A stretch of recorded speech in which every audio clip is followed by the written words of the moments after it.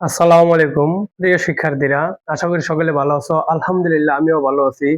আমি ইতিমধ্যে তোমাদের কয়েকটি ক্লাস নিয়েছি। এইচএসসির একাদশ দ্বাদশ শ্রেণীর আইসিটি বইয়ের তৃতীয় অধ্যায়ের প্রথম অংশের কয়েকটি ক্লাস নিয়েছি। এখন আমরা ক্লাস নেব বাইনারিতে কিভাবে যোগ করতে হয়। আর আমরা জানি, সকলে জানি যে কম্পিউটারের ভাষা হলো বাইনারি, অর্থাৎ বাইনারি। 0 এবং 1 ছাড়া কম্পিউটার কোনো ভাষা বুঝতে পারে না, কোনো সংখ্যা বুঝতে পারে না। আমরা যে সংখ্যা এই পদ্ধতিতে লিখি না কেন, তা কম্পিউটার কম্পাইলারের মাধ্যমে কি করে, বাইনারিতে রূপান্তর করে তারপর তার কার্যক্রম পরিচালনা করে। এবং বেশি কথা না বলে চলো আমরা টপিকে চলে যাই, কিভাবে বাইনারি যোগ করতে হয় তা একবার দেখে নিই।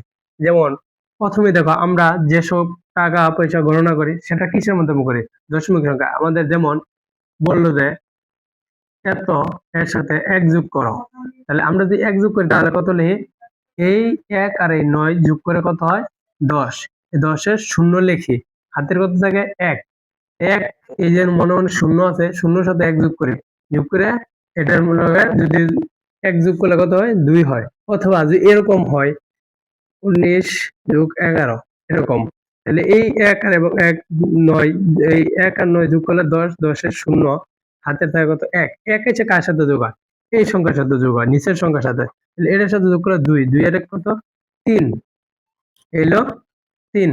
তাহলে আমাদের এভাবে করে, কারণ এভাবে করার কারণ হলো এখানে 10 ধরার কারণ কি, এখানে 10 ধরার কারণ হলো এটা একটা ডেসিমেল সংখ্যা। আর আমরা যে সকল টাকা পয়সা অর্থ লেনদেন করি, যে সকল গণনা করে থাকি, সবগুলোই কি আমরা কি করি, ডেসিমেল সংখ্যা করে থাকি। আমরা অক্টাল, হেক্সাডেসিমাল, বাইনারি এগুলো কোনো কাজ করি না, টাকা পয়সা লেনদেন করি না। তাই একটু সমস্যা হতে পারে, তবে তেমন কোনো সমস্যা নেই।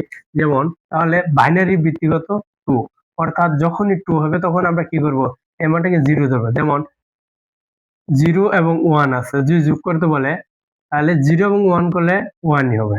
কিন্তু যখন 1 এবং 1 বলবে তখন কত হবে, 1 এবং 1 বললে হবে 0 1, কারণ 11 এর কত হলো 2, 2 এর মান কত, 2 হলো 10 এর সমান। তাহলে এই 10 এর শূন্য, তারপরে এখন থাকে 1, এর পাশে একটা 0 আছে মনে মনে, 0 এর সাথে 1 যোগ করলে 1 হবে। কারণ এই যে 0 এবং 1 যোগ করলে কত 1, আর 1 1 যোগ করলে কত 10। এটা কিছু নিয়ম লিখে রাখো। যেমন যেমন বাইনারিতে যদি 0 এবং 1 যোগ করতে বলে তাহলে হবে কত 1। যদি 0 সরি 1 এবং 1, 1 এবং 1 যোগ করতে বলে তাহলে সেটা হবে কত 10।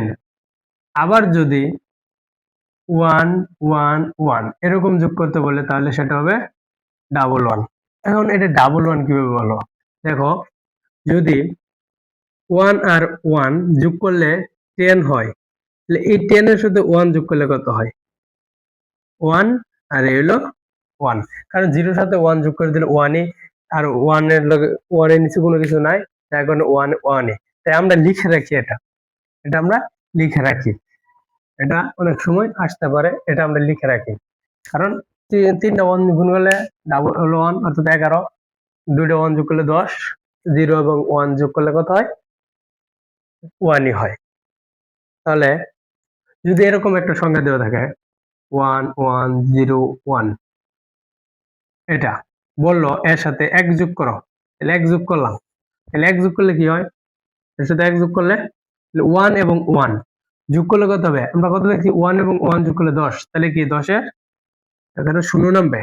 কারণ 1 1 2, 2 এর মান কত 10, 10 এর সমান, তাহলে 0। তাহলে তার হাতের কত হলো 1। তাহলে এই 1 টা যদি আবার এই 0 এর সাথে যোগ করে তাহলে কত হবে 1 ই হবে। যা আছে তাহলে পরে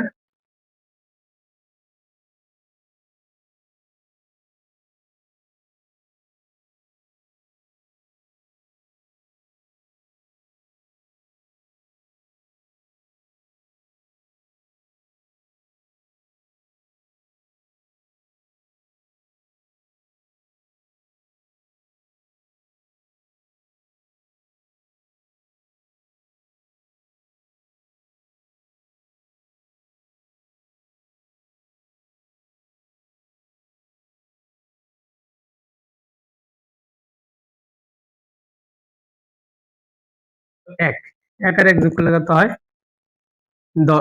এক আর এক যোগ করলে 2, 2 এর যদি সমান হয় তাহলে সে আবার 0। আবার কত রইলো, হাতের 1 রইলো, এই 1 এর সাথে যোগ করো, তাহলে দেখো এই যে এখন 3টা 1 হয়ে গেল, তাহলে 1 1 1, 3টা 1 যোগ করলে কত হয় 11, 11 এর কত 1, তাহলে হাতে কত রইলো 1। এখানে এই 1টা, এই 1 নিচে কিছু নাই, মনে মনে শূন্য ধরো, যদি শূন্যতা পূরণ করো তাহলে এটার সাথে 1 যোগ করলে 1ই, এই 1 যদি আবার এই 1 এর সাথে যোগ করি তাহলে 2 হয়, তাহলে 0 1।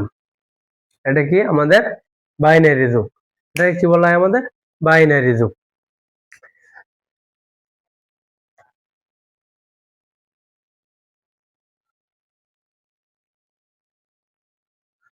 আমাদের এমন প্রশ্ন করতে পারে যে 1 0 1 1 1 0 1 1 0 0, এরকম প্রশ্ন দিতে পারে। এটা আমাদের কি হবে, এই 1 এবং 0 যোগ করলে, 1 এবং 0 যোগ করলে কত 1ই, 1 এবং 0 যোগ করলে 1ই হবে। 1 1 যখন যোগ করব তখনই আমাদের 10 হবে। তখন কি হবে, 1 1 যোগ করলে 0, হাতের 1 থাকবে, তাহলে 0, হাতের কত 1, 1 আর এই 1 যোগ করলে কত আবার 10, 2, তাহলে 2 হলে 10 এর সমান হয়, 2 এর মান কত 10, তাহলে 0 আবার হাতের হলো 1, এই 1 এবং 0 এর সাথে যোগ করলে আবার হইতেছে আমাদের কত হইতেছে 1, তাহলে এই 1 এর লগে 1 যোগ করলে আবার 0। বুঝতে পারছো? আশা করি সকলে বুঝতে পারছো। দেখো এরকম আরো অঙ্ক দিতে পারে, তাহলে দেখো এখন আমরা কি করব, অক্টাল। এখন আমরা কি করব, অক্টালটা দেখবো, অক্টাল কিভাবে করতে হয়।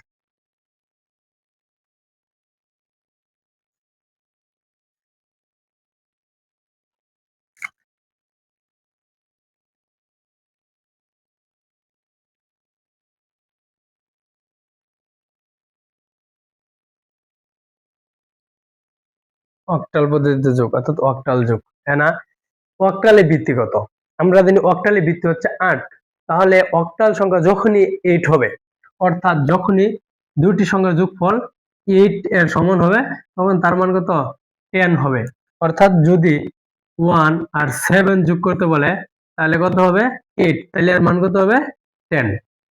যখন বলবে 1 এবং 8 যোগ করো, তো 7 যোগ করো, তাহলে 8, কারণ অক্টাল মান 8 এর উপরে যাইতে পারে না। আর যখনই অক্টাল মান 8 হবে তখনই তার মান 10 এর সমান হবে। যেমন বাইনারিতে 2 হলে 10 এর সমান হয়, তেমনি অক্টাল মানটা কি হবে, যখন 8 হবে তখন দুটি সংখ্যা মান যদি 8 হয়ে যায় যোগফল, তখনই তা 10 হবে। যদি এরকম একটা সংখ্যা দেয় 4/4 বললো যোগ করতে, তাহলে এর মান কত হবে 10 হবে। এরকম হতে পারে 6/2, এটার মানও 10 হবে। কারণ কি, এই দুটো সংখ্যা যখন যোগ করবো তখন এর মান কত হইতেছে 8 হইতেছে। এটা একটা অক্টাল সংখ্যায় বলছে। অক্টাল সংখ্যার ভিত্তি কত, অক্টাল সংখ্যার ভিত্তি হলো 8, 8 এর উপরে যাইতে পারে না। অক্টাল সংখ্যা কি 8 এর উপরে মান গ্রহণ করতে পারে না, তাই 8 যখন হবে তখন তার মান 10 হয়ে যাবে, 0 1 হয়ে যাবে। বুঝতে পারছো? তখন যদি বলে